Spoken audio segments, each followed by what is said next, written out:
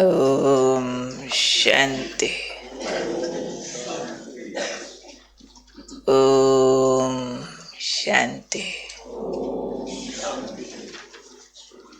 आज का स्वमान, मैं तपस्वी मूर्त आत्मा हूँ। आज बाबा ने हठ योग की तपस्या और हमारी राजयोग की तपस्या दोनों का कंपैरिजन बताया। वो तपस्वी भी जब तपस्या करते हैं तो क्या करते हैं? आसन पर बैठते हैं। हर तपस्वी का कोई न कोई आसन होता है।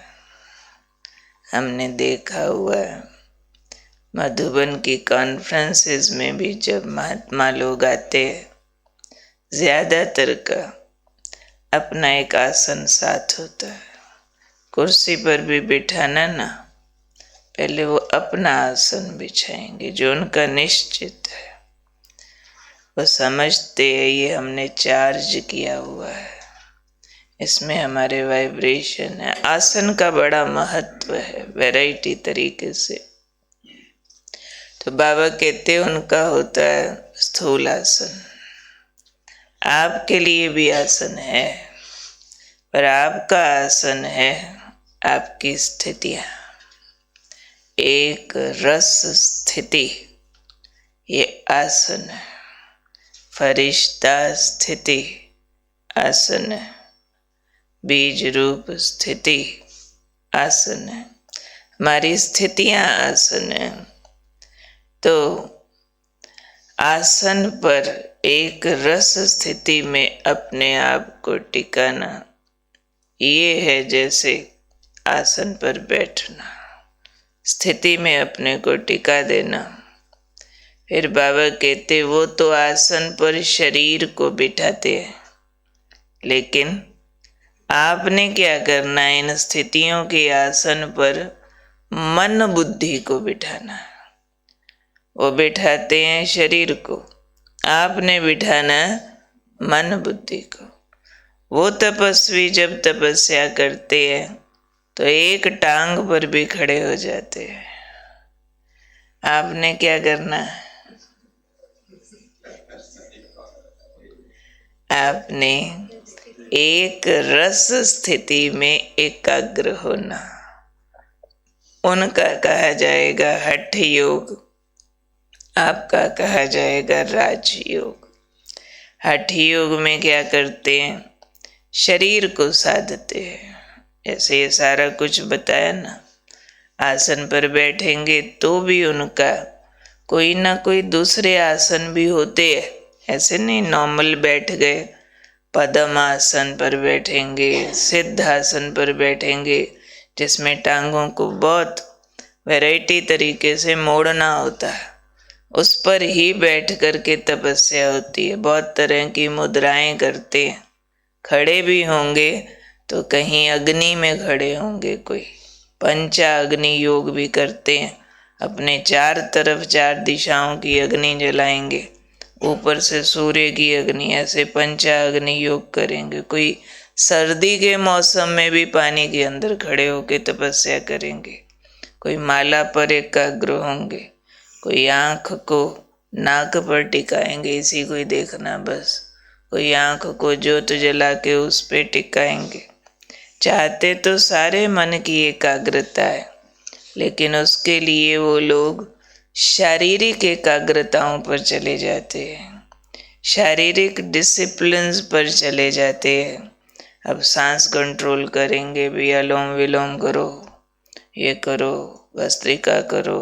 अब उसमें भी शरीर की बहुत तरह के संयम, discipline, no doubt physical health में उनका अपना एक रोल है। लेकिन हम तपस्वी है।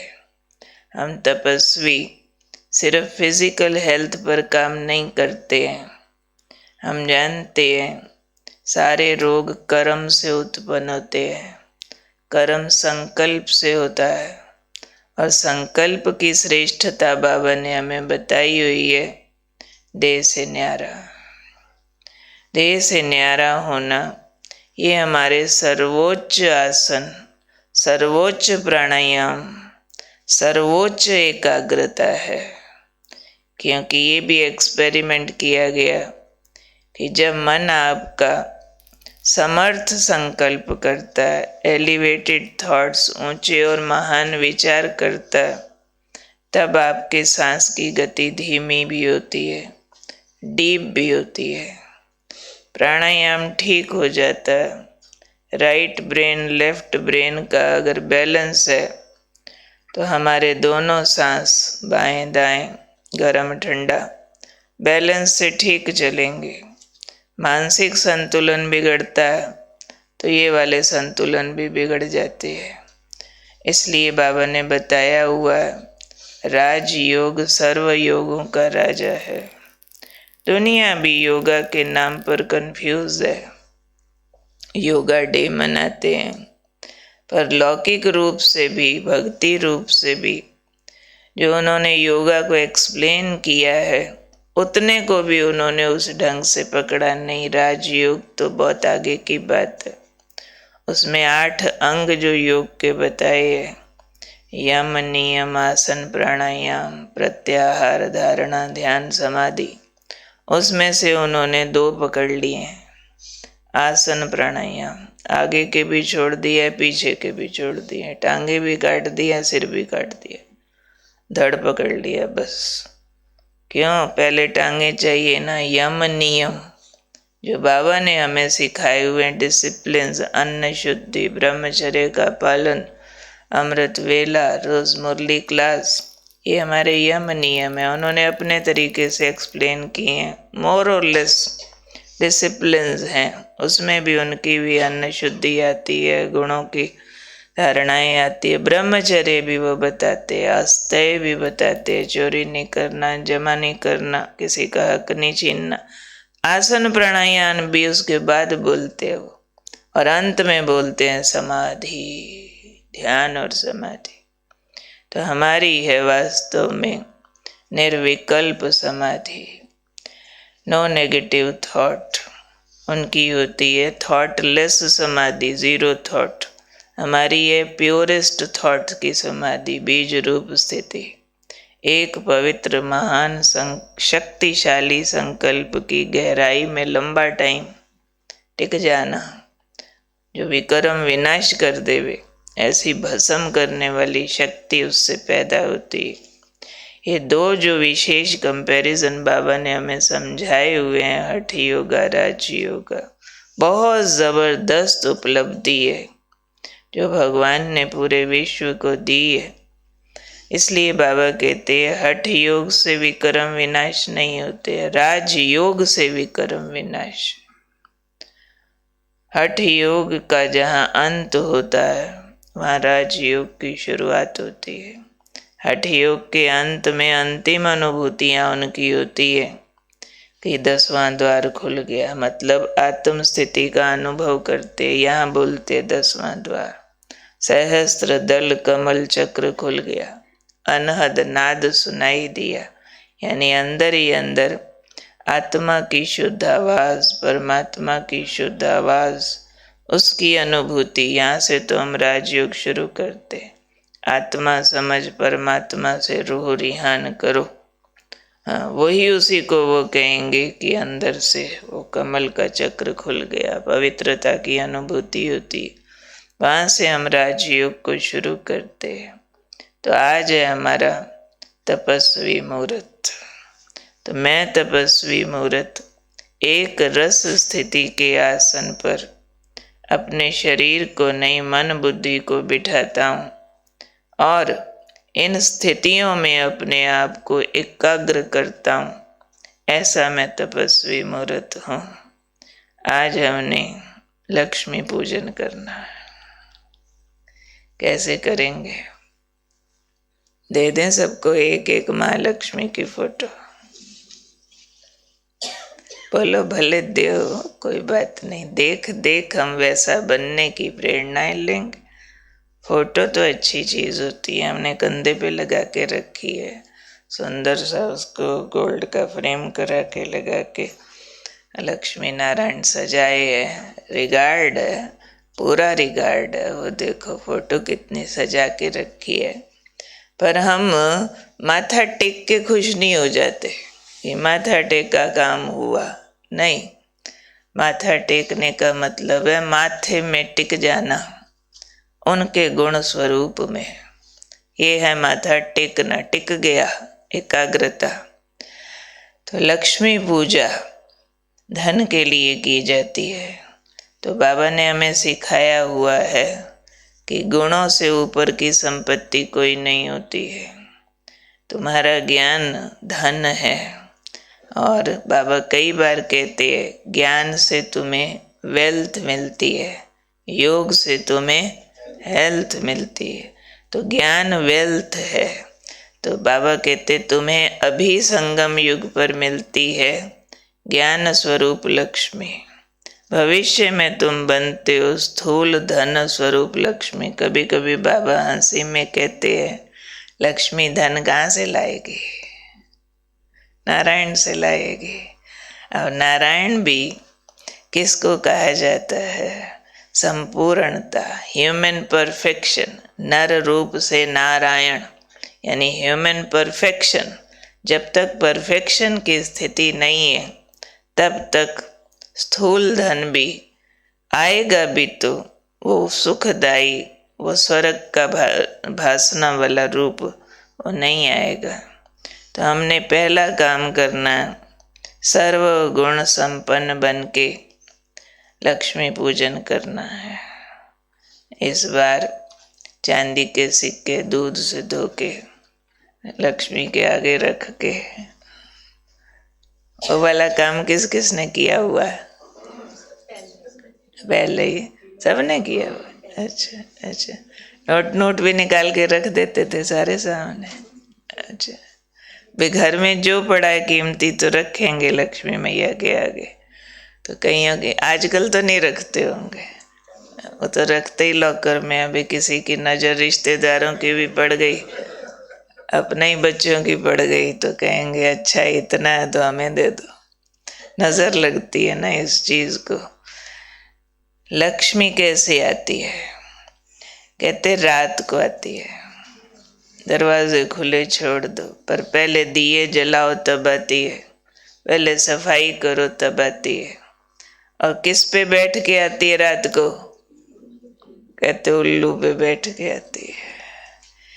बाबा की इस पर पूरी मुरली चली हुई है, दिवाली वाले दिन सुनाएंगे आपको। पूरी मुरली चली हुई है कि उल्लू सवारी लक्ष्मी कलयुग में आती है। उल्लू मूर्खता का प्रतीक है, जिसको रात को दिखता है दिन को अंधा हो जाता है, उल्टा। तो ये कलयुग में जब धन आएगा ना, उल्लू पर सवार होके आएगा, यानी मूर्खता से आएगा। कौन सी मूर्खता? कोई ना कोई हेरा फेरी, झूठ, पाप, बेईमानी करेंगे तो ज़्यादा धन आएगा। ईमानदारी और सच्चाई से ज़्यादा धन नहीं आने वाला है, उल्टे तरीके से आएगा, उल्टे रास्ते कोई जाएगा। पाप से कमाएंगे, पाप में गमाएंगे, यानी 5 विकार कारण बनेंगे धन के लाने का। तो ये कलयुगी है। तो बाबा ने कहा एक लक्ष्मी उल्लू सवारी होती है, दूसरा लक्ष्मी को कमला भी कहते हैं, कमल आसनधारी। तो कलयुग में कमल आसनधारी लक्ष्मी किसी को भी नहीं मिलती है। हाँ, हम ब्राह्मण बच्चों को मिलती है। न्यारे प्यारे होकर के फिर धन कमाना, पवित्र विधि से। कमल पवित्रता का प्रतीक है। पवित्र विधियों से कमाना, पवित्र विधियों में लगाना। हमारे रमेश भाई जी की 2 बुक्स लिखी हुई है इस पर, पवित्र धन।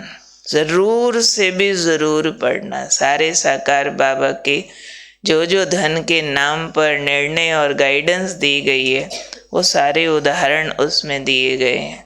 उसमें बाबा ने ये भी बताया हुआ है कि धन के नाम पर कभी भी कर्ज लेना नहीं, कर्ज देना नहीं। कर्ज मर्ज होता है तो वो उल्लू सवारी लक्ष्मी हो जाएगी। पर धन के नाम पर संभाल करना, जैसे कोई कोई बच्चे कभी कभी बाबा को कहते थे, बाबा मैं ऐसा बिजनेस कर रहा हूँ, थोड़ा बिजी तो होना पड़ेगा लेकिन थोड़ा पैसा आए तो बाबा का घर बनाएंगे ना। कोई कोई फिर कहते थे कि बाबा लॉटरी लूँ, मेरी अगर लॉटरी निकल आई तो मैं सारा पैसा यज्ञ में दे दूंगा, क्योंकि यज्ञ बहुत गरीब था। तो बाबा के जवाब क्या होते थे ऐसे लोगों के लिए कि जो सिर्फ ये सोच के धन कमाने चला गया, ज्ञान योग कॉम्प्रोमाइज किया, बाकी सेवाएं सरेंडर की और दिन रात धन धन धन में लगा रहा, ऐसा धन यज्ञ में कभी आता नहीं है। जैसे ही धन बढ़ता है उसकी कोई कामनाएं भड़क जाती हैं और वो हमेशा अपने आप को गरीब महसूस करेंगे कि ये अभी और बिजनेस नया शुरू करना था ना, अभी तो इतना आया, इतना और चाहिए, फिर गरीबी महसूस करेंगे। और जो सोच के कि यज्ञ में देंगे तो लॉटरी की टिकट खरीदे, ऐसो की लॉटरी कब निकलने वाली नहीं।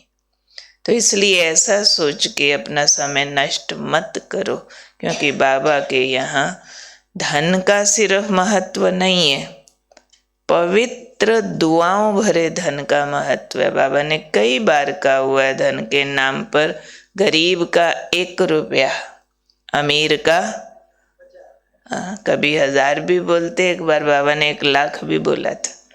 गरीब का 1 रुपया, अमीर का 1,00,000 रुपया, भाई बराबर रिजल्ट क्यों देता? 1,00,000 रुपए में 1,00,000 काम होते हैं। बाबा का घर बने, चीज आए, सौगात आए, कुछ अच्छे काम हो, नहीं, पर बाबा को ये मालूम है कि उसके अंदर 1 रुपए के अंदर जो शुद्ध भावना, समर्पण भाव भरा होगा ना, उसमें बरकत, उसकी ताकत होती है। वो चीज जो काम करेगी ना, ऐसी जगह जाके लगेगा वो 1 रुपया भी, जिसको बाबा कभी कभी कोट करते, बच्चे कहते हैं 50 पैसा भेजते हैं, बाबा मेरी 1 ईंट लगा देना। बाबा कितने खुश हो जाते। एक बर्तन साफ करने वाली ने बाबा के लिए एक बार सिंध से जब मनोहर दादी गए थे, थोड़े से चने के दाने भेजे, बेचारी गरीब नहीं थी बहुत, और थोड़े से सिक्के भेजे जो बड़ी मुश्किल से उसने जमा किए थे। इतनी वैल्यू रखी, बाबा ने उस पर मुरली चला दी। बाबा की आंखों में आंसू आ गए, उठ के सबको 1-1 दाना खिलाया गद्दी से उठ करके। वैल्यू कि ये 1-1 दाना 1-1 सोने की ईंट मांग रहा। बाबा ने कहा 1-1 दाना सुदामा के तंतुल मशहूर है। क्यों? पवित्र धन, पवित्र भावनाओं वाला, पवित्र विचारों वाला, मेहनत से कमाया हुआ, और अपनी कोई सुविधाएं काट के बाबा के कार्य में लगाया गया, उसमें बरकत बहुत होती है। हमने तो ऐसे ऐसे प्रोग्राम किए हुए हैं जिसमें लोग सोच न सके इतने थोड़े पैसे में इतने बड़े प्रोग्राम कैसे हो सकते हैं।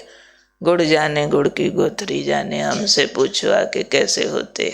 कोई इमेजिन भी नहीं कर सकता कि ऐसे ऐसे बाबा के कार्य थोड़े थोड़े बजट में बड़े बड़े बड़े बड़े हुए होंगे। तो वो लक्ष्मी पूजा है हमारी। तो आज हम सब संकल्प करें, धन पवित्र विधि से ही लाएंगे, पवित्र विधि से ही खर्चेंगे। Black money not allowed, block नहीं करेंगे, ना ब्लैक ना ब्लॉक, जो है सफल करो। कल बाबा बैठा है। बाबा कभी अपने बच्चों को जिन्होंने राइट टाइम पर सफल किया भूखा मरने नहीं देता। लक्ष्मी बहुत महत्वपूर्ण है, बच्चों के साथ रहती है। बाबा ने कहा जो ठीक श्रीमत पर चलने वाले बच्चे हैं, अंत में सारे विश्व में जब अकाल पड़ेंगे, मैं अपने बच्चों को दाल रोटी खिलाता रहूँगा। ये है लक्ष्मी, रियल रूप में उतरेगी। मेरे बच्चे सुरक्षित रहेंगे, औरों के सारे चाहे मकान टूट फूट जाएं, बच्चों की रक्षा हो। कम गारंटियां नहीं है। ये हमारी असली दिवाली। आत्मदीप जगता है तो भगवान कैसे गारंटियां करते हैं, पर इसके लिए सफाई पूरी चाहिए, तन की, मन की, धन की, जन की, वो फिर हम कल लेंगे। इसका सफाई वाला पार्ट बहुत बहुत महत्वपूर्ण है। तो आज मैंने लक्ष्मी बन के और सारा दिन घूमते रहना है। महालक्ष्मी, दो भुजा लक्ष्मी की, दो भुजा नारायण की। मैं नर से नारायण बना कि बना, नारी से लक्ष्मी बनी कि बनी। फिर अगर भाई अपने को लक्ष्मी बना देखना चाहें, बहनें अपने को नारायण बना देखना चाहें, सब ठीक है, कुछ गलत नहीं है, पर संपूर्णता है। चाहे विष्णु रूप कहो, चाहे महालक्ष्मी रूप कहो, वो उसी का ही पार्ट है। ठीक है, तो आज का दिन लक्ष्मी पूजन ठीक से करना, ठीक दृढ़ संकल्प, धन के नाम पर कोई पाप ना हो जाए। बहुत रुलाता है, बहुत रुलाता है। और लक्ष्मी घर में लेके ही आनी है हमने इस साल। कैसे लानी है? दीप जला के, सफाई करके, पूरी शुद्धि से। कोई शुद्धि में कॉम्प्रोमाइज करना नहीं है। आंतरिक शुद्धियां जो बाबा ने हमें सिखाई हुई है, कल उस पर बात करेंगे। वेरी गुड, धनवंतरी डे है। धनतेरस तो कल है, आज है। तो धनतेरस धनवंतरी के लिए होता है या धन के लिए होता है? धनवंतरी डे को गॉड ऑफ हेल्थ कहते हैं ना, तो असली हेल्थ जो है वो असली धन है। तो धन की पूजा, तन की पूजा से पहले उसकी पूजा करो, तन की पूजा बाद नहीं। पर आज के दिन तो लोग बर्तन चीजें खरीदते हैं, एक्चुअली धन जो है उसका करप्टेड रूप है। अच्छा, नहीं, जो शब्द आया धनतेरस, धनवंतरी से आया।